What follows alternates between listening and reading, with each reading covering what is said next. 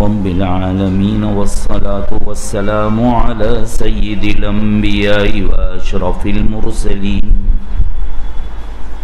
محمد وعلى آله وأصحابه أجمعين ونعوذ بالله من شرور أنفسنا ومن سيئات أعمالنا من يهده الله فلا مضل له ومن يضلله فلا هادي له ونشهد أن لا إله إلا الله وحده لا شريك له ونشهد أن سيدنا ونبينا ومولانا محمدا عبده ورسوله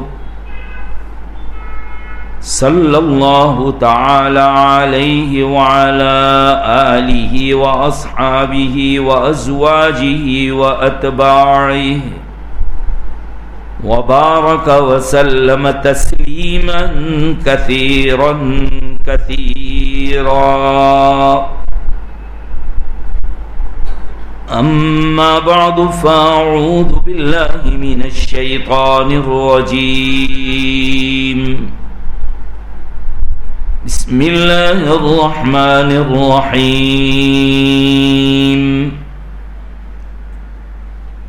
وما خلقت الجن والإنس إلا ليعبدون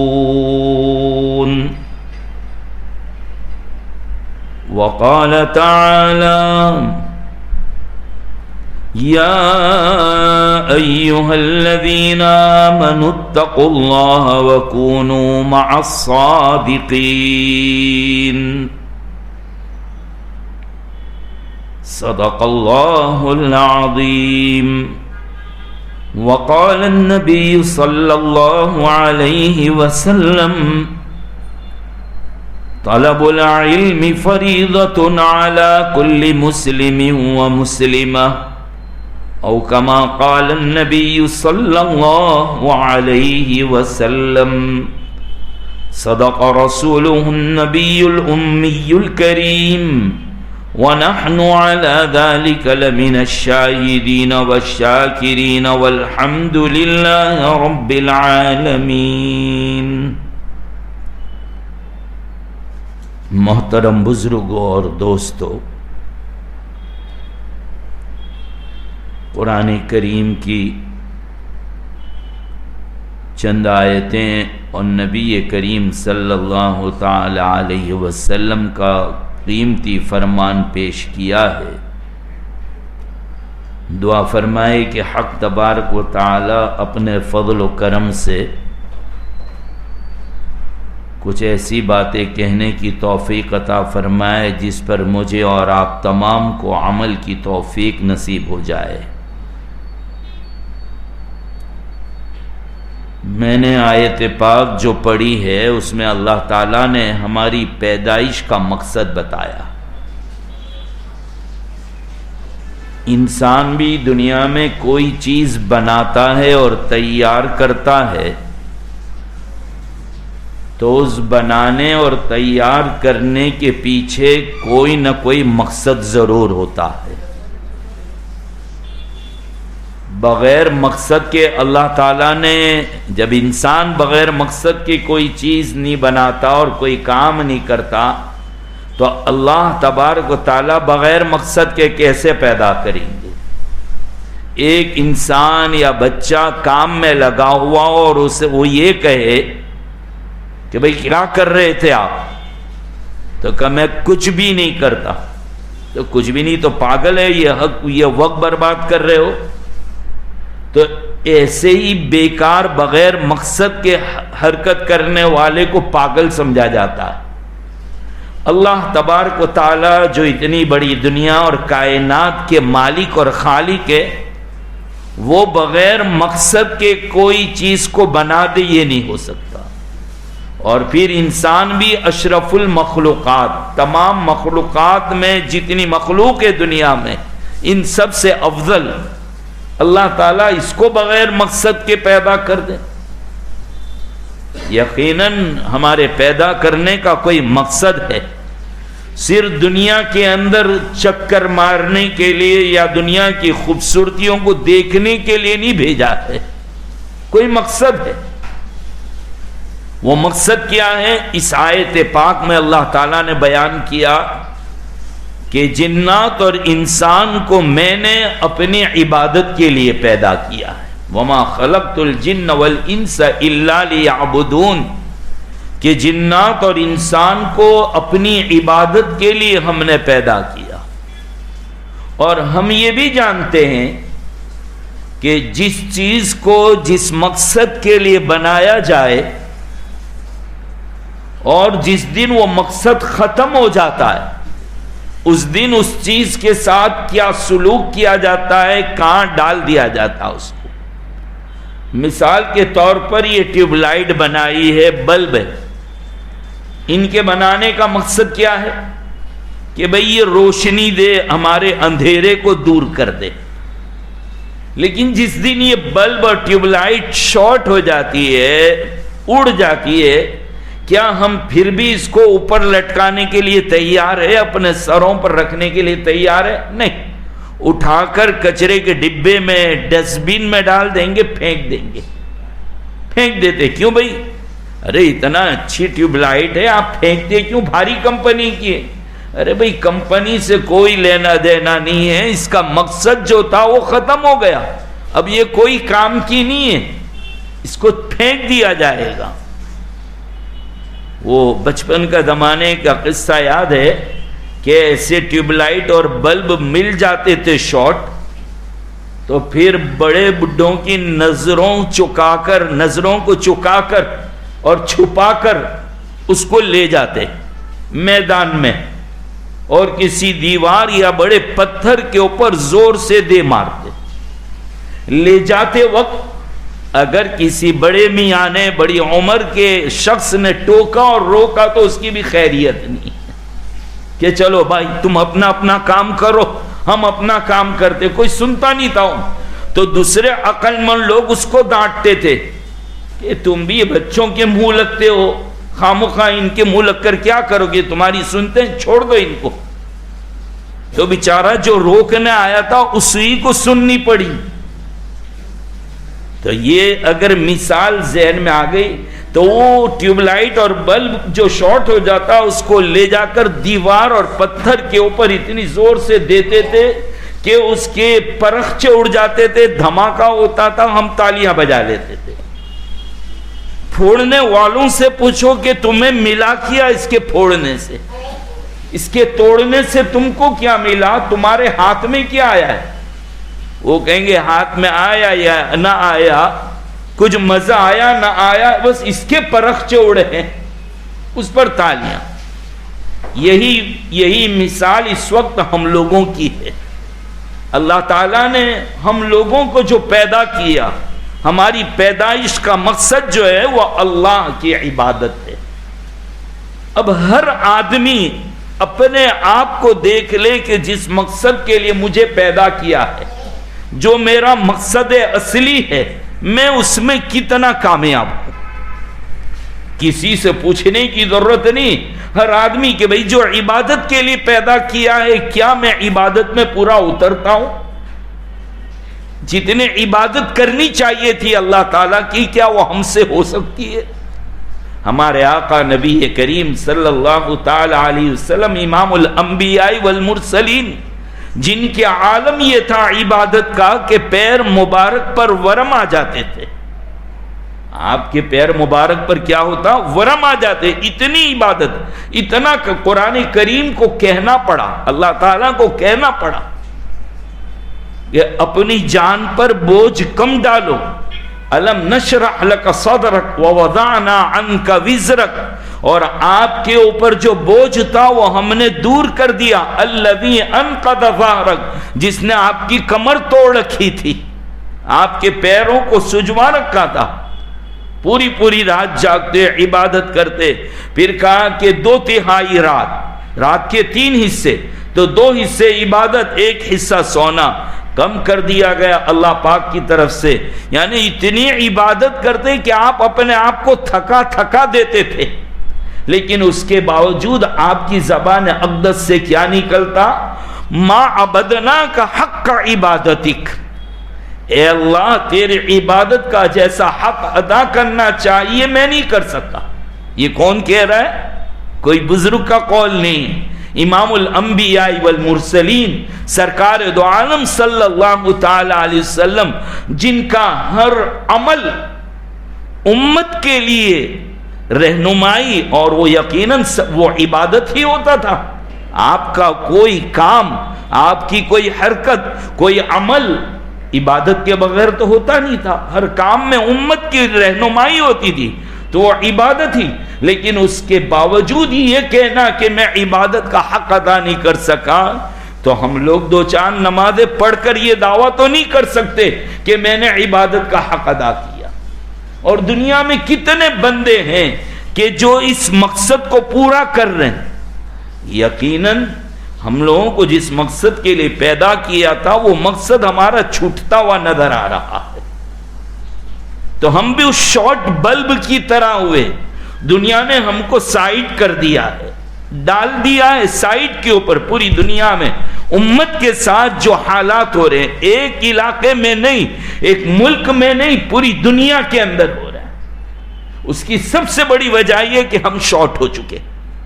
ہم جس کام کے لیے پیدا کیے گئے تھے، کنتم خیر امت اخرجت للناس تأمرون بالمعروف وتنہون عن المنکر، تم تو ایک بہترین امت ہو، لوگوں کے فائدے کے لیے پیدا کیا تھا کہ لوگوں کو نیکی کا حکم دو، امر بالمعروف کرو، نہی عن المنکر کرو۔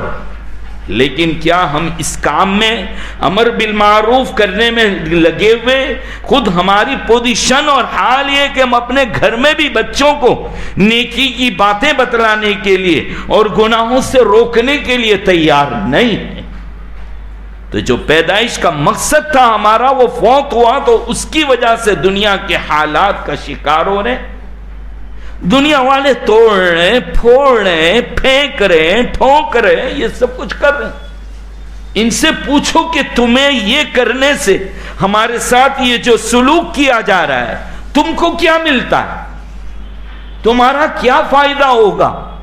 وہ یہی جواب دیں گے کہ ہمیں ملے یا نہ ملے، ہمارا فائدہ ہو یا نہ ہو، بس تم ٹوٹ رہے ہو، تم بکھر رہے ہو، تم پھوٹ رہے ہو، ہمیں اس میں خوشی ہے۔ کیوں ان کی زبان سے ایسا نکل رہا؟ سمجھ میں آ جائے گا کہ جیسے شارٹ بلب کو ہم پھوڑ کر خوشیاں مناتے تھے، شارٹ ٹیوب لائٹ کو پھوڑ کر ہم خوشیاں مناتے تھے، اچھلتے تھے، تالیاں بجاتے تھے، تو وہ شارٹ ہونے کی وجہ سے، اور ہماری طرف سے دنیا میں کوئی کسی کو بولنے کے لیے تیار نہیں ہے۔ کیوں؟ اس لیے کہ جو بولے گا اس کو ساری دنیا بولے گی۔ جیسے وہ بچے جب بلب لے کر جاتے ہیں اور کوئی بڑی عمر کا روکتا تھا تو لوگ ان کو روکتے تھے کہ بچوں کے منہ کہاں لگتے ہو تم۔ ایسے ہی دنیا کی قومیں جو ہمارے ساتھ سلوک کر رہی ہے، ان کو کوئی روکنے کے لیے تیار نہیں، اور اگر کوئی روکے تو اس کو اپنی جان کے چلے جانے کا خطرہ ہے۔ خلاصہ کلام یہ کہ دنیا کے اندر ہمیں اطمینان سے جینا، چین کے ساتھ جینا۔ قرآن کریم ایک چند نبیوں کے واقعے کو بیان کرتا ہے۔ وَقَالَ الَّذِينَ كَفَرُوا لِرُسُلِهِمْ لَنُخْرِجَنَّكُمْ مِنْ أَرْضِنَا أَوْ لَتَعُودُنَّ فِي مِلَّتِنَا فَأَوْحَىٰ إِلَىٰ رَبِّهِمْ لَنُهْلِكَنَّ الظَّالِمِينَ وَلَنُسْكِنَنَّكُمُ الْأَرْضَ مِنْ بَعْدِهِمْ ذَلِكَ لِمَنْ خَافَ مَقَامِي وَخَافَ وَعِيدِ۔ رسولوں سے اور نبیوں سے یہ کہا جاتا کہ تم کو ہمارے ملک میں رہنا ہے تو ٹھیک ہے، ہم تم کو نکال دیں گے، اگر رہنا ہے تو ہماری بات ماننی پڑے گی، ہمارے طریقے اپنانے پڑیں گے، ورنہ ہم تم کو نکال دیں گے۔ قرآن کریم نے جواب دیا کہ لَنُهْلِكَنَّ الظَّالِمِينَ، اے اہل حق گھبراؤ مت، ہم ظالموں کو ضرور بالضرور ہلاک کر کے رہیں گے۔ اور آباد کس کو کریں گے میں وہ بتلانا چاہ رہا ہوں، آباد ان کو کریں گے وَلَنُسْكِنَنَّكُمُ الْأَرْضَ مِنْ بَعْدِهِمْ ذَلِكَ لِمَنْ خَافَ مَقَامِي وَخَافَ وَعِيدِ۔ جو میرے سامنے کھڑے ہونے سے، حساب دینے کے دن سے جو ڈرتا ہے، میری وعید سے جو ڈرتا ہے، میرے عذاب سے جو ڈرتا ہے، میں ان کو دنیا کے اندر آباد کروں۔ مختصر طور پر یہ کہ میں نے یہ جو آیت پاک پڑھی، اس میں ہماری زندگی کی اور ہماری پیدائش کا مقصد بتایا کہ بھئی تم کو ہم نے اپنی عبادت کے لیے پیدا کیا، لیکن عبادت ایک بہت اہم مقصد ہے، وہ بغیر سیکھے ہوئے اور بغیر علم کے حاصل نہیں ہوگا۔ اس کے لیے علم کا حاصل کرنا، اس عبادت کے طریقے کو جاننا کہ کون سے طریقے سے میں عبادت کروں گا تو اللہ تعالیٰ کیا قبول ہوگی، مجھے کس طریقے سے کرنا، اسی سیکھنے کا نام تو گویا علم ہے، اسی کو سیکھا جائے۔ اسی لیے حدیث پاک میں فرمایا نبی کریم صلی اللہ تعالی علیہ وسلم نے، طلب العلم فریضۃ علی کل مسلم و مسلمہ، علم کا طلب کرنا یہ ہر مسلمان مرد پر اور ہر مسلمان عورت پر۔ الحمدللہ مسلمانوں میں یہ جذبہ علم کے حاصل کرنے کا کوئی نہ کوئی طریقے سے ضرور موجود ہے، اور لوگ لگے ہوئے ہیں کام میں۔ دنیا کا ایک بہت بڑا طبقہ ہے، مسلمانوں کا ایک بڑا طبقہ وہ بھی ہے کہ جو دنیا کے جھمیلوں سے کٹ کر اور ہٹ کر اپنے آپ کو مدرسہ کی چہار دیواری میں بند کر دیا ہے علم کے حاصل کرنے کے لیے۔ عجیب سر پھرے لوگ، ان کو معلوم ہے کہ ہم جو ڈگری لینے جا رہے ہیں، جو سند لینے جا رہے ہیں، ہم نے جو لائن اور جو راستہ اختیار کیا ہے، اس کی تنخواہ کیا ہوگی وہ جانتے ہیں، لیکن اس کے باوجود قرآن کریم کو حفظ کرنا، اپنی راتوں کو قربان کر کے، سردی اور گرمی کو دیکھے بغیر قرآن اور حدیث کے علم کو حاصل کرنا، روکھی سوکھی کھا کر اپنے گھر سے دور، اپنے وطن سے دور، والدین کو چھوڑ کر، امت کا ایک بڑا طبقہ ان مدرسوں میں قرآن اور حدیث کو یاد کرنے میں، اس کو پڑھنے میں، اس کے معانی کو سمجھنے میں، استادوں کے سامنے اپنے آپ کے اپنے پیروں کو انہوں نے رکھ دیا ہے، وہ دنیا و ما فیہا سے بے خبر۔ دنیا میں ان کے خلاف کیا پروپیگنڈا ہو رہا ہے، دنیا کی حکومتیں ان کو کیسا دیکھ رہی ہیں، خود مسلم سماج ان کو کیسے یاد کرتا ہے، ان کے ساتھ کیسی ان کی عزت ہے، کیا سلوک ہے، کیا برتاؤ ہے، سب جانتے ہیں، تنخواہیں کتنی ملے گی، لیکن اس کے باوجود وہ پرواہ کیے بغیر امت کا ایک بڑا طبقہ یہ علم کے حاصل کرنے میں لگا ہوا۔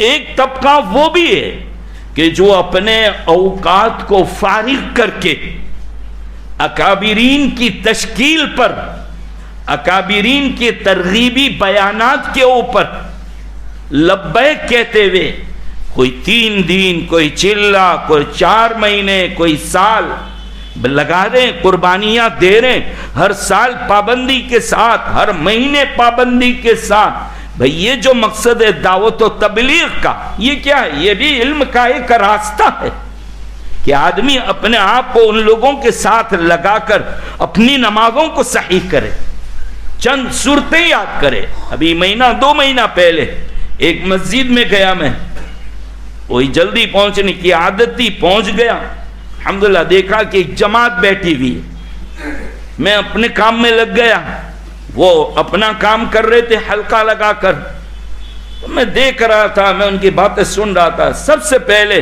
انہوں نے جیسا حلقہ لگایا، پہلے کچھ تعلیمی، پھر قرآن کریم کی سورتوں کو صحیح کرنا شروع کیا، ایک دوسرے کو قرآن کریم کی سورتیں یاد کرا، ایک ایک کو لے کر بیٹھ گئے قرآن کریم کی سورتیں کہ بھئی یہ نمازوں میں ضروری ہے، اس کے بغیر نماز نہیں ہوگی۔ 2-4 سورتیں ان کو یاد کروا رہے تھے۔ پھر اس کے بعد علم کے فضائل، علماء کی اہمیت، دین اسلام کی حقانیت، میں خود مجبور ہو کر اپنی کرسی چھوڑ کر وہاں بیٹھ گیا، ان کی باتیں سنوانا کہ امیر صاحب نے پہچانا نہیں، لیکن انہوں نے اندازہ لگا لیا کہ کوئی مولوی بیٹھا ہوا ہے، مجھے مجبور کرنے لگے کہ آپ بیان کرو۔ میں نے کہا نہیں، مجھے آپ کی سننی، میں سننے کے لیے بیٹھ رہا ہوں اس وقت، مجھے آپ کا طریقہ اور آپ کی باتیں بہت اچھی لگی۔ تو ایک تو علم کے حاصل کرنے کا طریقہ مدرسہ کی چہار دیواری ہے جس میں ایک مخصوص جماعت نے اپنے آپ کو لگا رکھا ہے، اور ایک دعوت و تبلیغ ہے کہ اپنے اوقات کو فارغ کر کے جماعت میں جانا نکلنا، وہاں جا کر بھی یہی سارے کام ہوتے، عقائد کی اصلاح، اعمال کی اصلاح۔ کوئی اللہ والے ساتھی رہتے ہیں، ان کے ساتھ بیٹھ کر گویا ان کا دل کا اثر ہمارے اوپر پڑتا ہے۔ یہ دوسرا طریقہ۔ اور ایک تیسرا طریقہ یہ بھی ہے کہ ہماری مسجدوں میں، ہماری مجلسوں میں، ہمارے علاقے میں وقتاً فوقتاً علماء کے بیانات ہوتے رہتے ہیں۔ جیسے یہ جمعہ میں یا یہ ہمارے جوان کچھ علماء کو بلا کر جوانوں کے لیے کیمپ کر رہے ہوتے ہیں کہ بھئی آئیے، یہ ان علماء کی مجلسوں میں آنا جہاں قرآن کریم کی تفسیر، قرآن کریم کی آیت کے مطابق باتیں ہوتی ہیں، یہ بھی علم کے حاصل کرنے کا ایک طریقہ۔ وہاں آئیں گے تو کیا ہوگا؟ یہی ہوگا کہ نہیں عن المنکر، گناہوں سے روکنے پر باتیں کی جائے گی، کوئی فضیلت اور ترغیبی پہلو پر بات کرے گا، ہمارے اندر عمل کے جذبات پیدا ہوں گے۔ تو یہ مجلسیں جو ہوتی ہیں اسے حقیر نہ سمجھو، بلکہ میں تو درخواست کروں گا کہ اپنا قیمتی وقت نکال کر ایسی مجلسوں کی قدر کرے، یہ بھی اپنے علم حاصل کرنے کا ایک راستہ اور ایک طریقہ ہے۔ تو کہیں مدارس ہے، کہیں دعوت و تبلیغ ہے، تو کہیں علماء کے بیانات، اور علماء کے اندر بھی کتنے صاحب نسبت بھی آتے ہیں جس کے دل مزکا اور مصفا، دل ان کے اتنے صاف ہوتے ہیں کہ ان کے قریب بیٹھنے سے ہمارا دل بھی سنور جاتا۔ وائی فائی لگا ہوا ہو نا، تو ضروری نہیں کہ جس نے کوڈ ڈالا ہے، پاسورڈ ڈالا، اسی کو صرف اس کا جو بھی وہ پاسورڈ کے ساتھ منسلک ہو جائے گا ان سب کا وائی فائی چلے گا۔ ایئرپورٹ پر دیکھیے، ریلوے اسٹیشن پر دیکھیے، جو بھی وہ پاسورڈ ڈالتا ہے اس کا وائی فائی چلنے لگتا ہے۔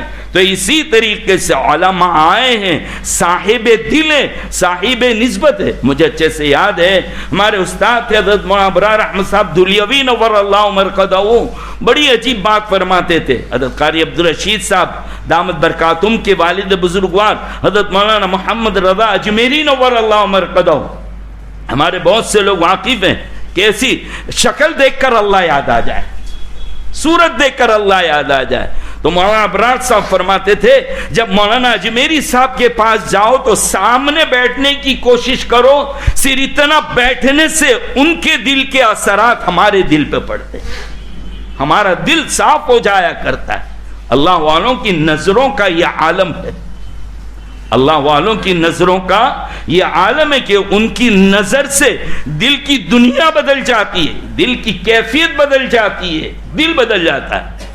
ہمارے ایک دوست سے انگلینڈ میں مولانا ہیں، وہ کہہ رہے تھے کہ میرے والد صاحب کے لیے مجھے ایک صدمہ کھایا جاتا تھا کہ والد صاحب نماز نہیں پڑھتے تھے، بالکل نہیں، نہ علماء کی مجلس میں آنا، نہ کہیں اللہ والوں سے ملنا، نہ جماعت میں جانا۔ کہ ہم نے بہت سمجھایا کہ آپ جماعت میں جائیے، کوئی عالم آئے تو ان کے بیان میں بیٹھیے، آپ علماء سے ملاقات کرو۔ کہ وہ بات ہی نہیں سنتے تھے، بس بیڑی سگریٹ اور جھولے پر بیٹھے رہنا۔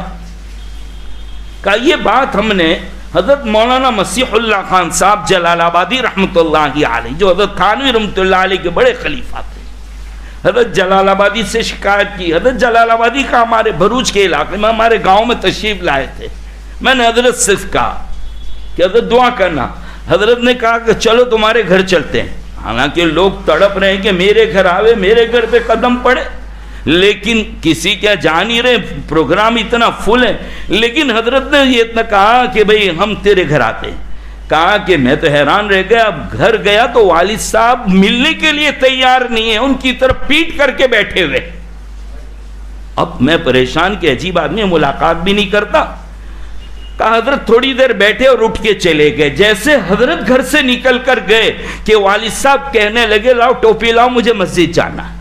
کہ بس اس کے بعد سے زندگی کی کایا پلٹ گئی، اخیر عمر تک نماز پڑھتے رہے، اللہ والے کی نظر پڑ جائے دل کی دنیا بدل جایا کرتی ہے۔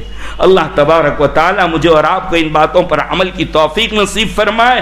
اللہ تعالیٰ جو یہ جوان حضرات محنتیں کر رہے ہیں، اللہ تعالیٰ ان کی جوانی کو، ان کی محنتوں کو قبول فرما کر ہم سب کے لیے ہدایت کا ذریعہ بنائے۔